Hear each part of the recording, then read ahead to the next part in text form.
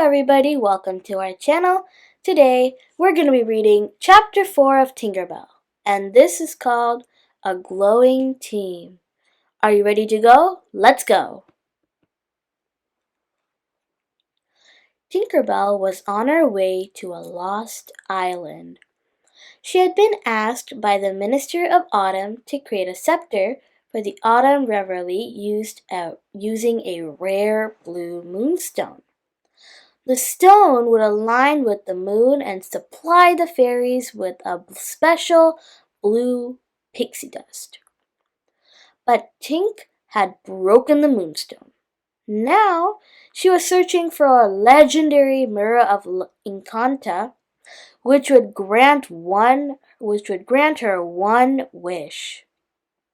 It was her only hope for replacing the moonstone. As night fell, Tink grew hungry. She opened her bag of food, but it was empty. She opened another bag. Inside was a very cute little firefly with a very full stomach. The firefly had eaten all her food. Out! Shoot! Tink yelled at the little firefly. I'm on a very important mission, she said. I have 2 days to find the magic mirror and wish the moonstone back. Tink pulled out her map, but it was too dark outside. She couldn't read it. Suddenly, a gentle light lit up the map. It was the firefly. Oh, all right, Tink told him. You can stay. I'm Tinkerbell. What's your name? The firefly glowed even more brighter. Blinky? Flicker? Tinkerbell guessed. Then she got it. Blaze! As the balloon flew through the night sky, Tink and Blaze kept watch for the lost island. Suddenly the balloon floated into the thick fog. They could no longer see where they were going. The two friends settled down and soon dozed off.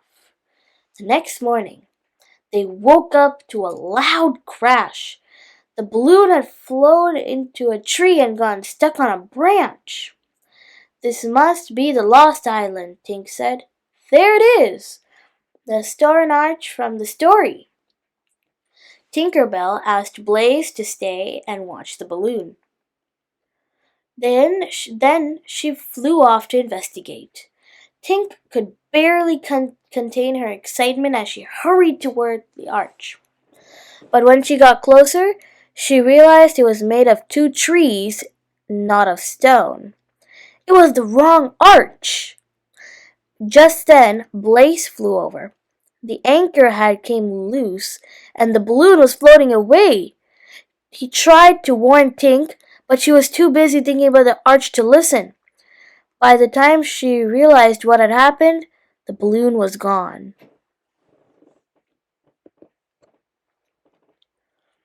Tink was lost. She was sad, and she was hungry.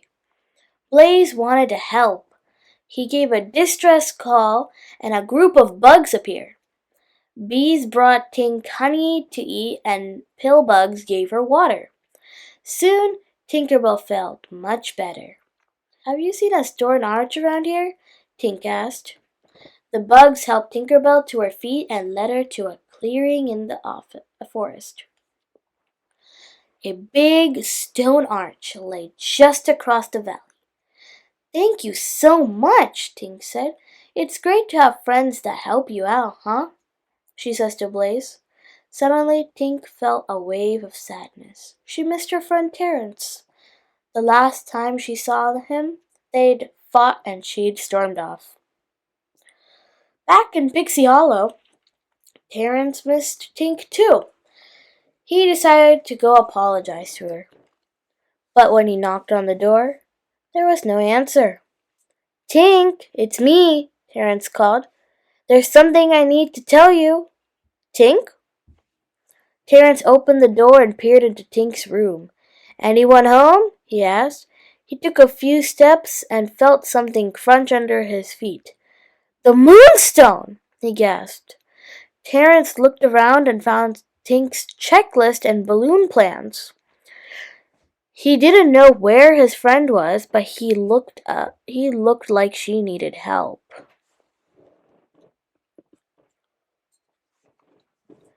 Tink and Blaze passed through the stone arch and came to an old troll bridge. They had found the second clue, but the trolls wouldn't let them pass. Beat it before we grind your bones to make our bed, said the smaller troll. Make our bread, not bed, said the taller troll. The, the trolls began to argue back and forth. They were so distracted by their fight that they didn't notice Tink and Blaze tiptoed past them and over the bridge. Blaze flew across the island and Tinkerbell walked beside him. She was out of pixie dust and couldn't fly. Soon they reached a long stretch of beach. Tink spotted a wrecked pirate ship. She felt a jolt of excitement. This was the place. The ship that sunk but never sank. As she said, Blaze, this is it. We've got to find that mirror and fix the moonstone. Let's go. Tink and Blaze took off toward the ship. Inside, the ship was dark and damp. It creaked with every step they took. Shadows flickered all around the frightened pair. Tink felt something brush past her. Who's that? Who's there? She called, but there was no response. Look, Blaze, whispered Tink. She pointed to the satchel sitting on the top of the old table. The mirror had to be in it. Tinkerbell jumped up and tried to grab the satchel, but it was too high for her. Then she remembered that a sharp, pointy needle she had brought with her. She threw the pointy needle at the satchel. Rip!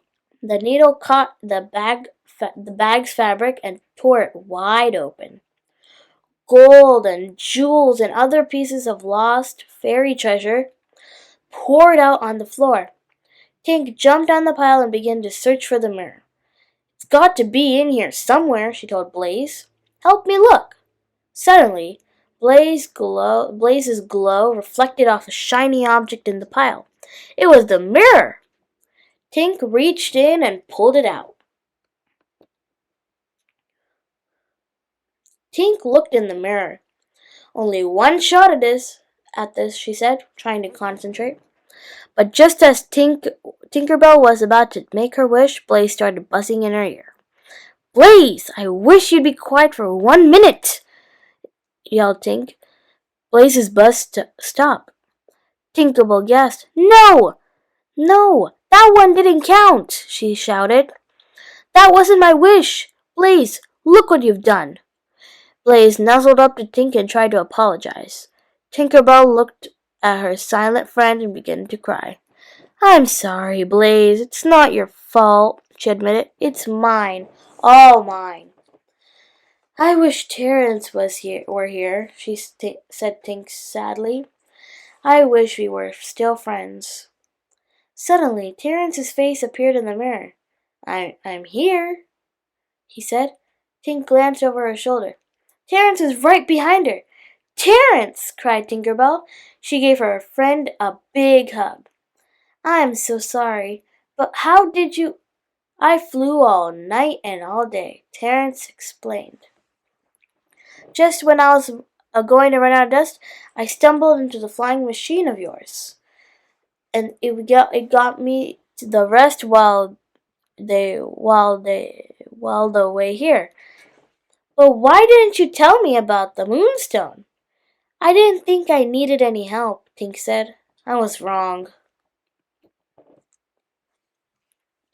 Just then, a pack of giant rats jumped out of the shadows. They chased after the fairies. Terence grabbed Tink and swung her across the room on a curtain.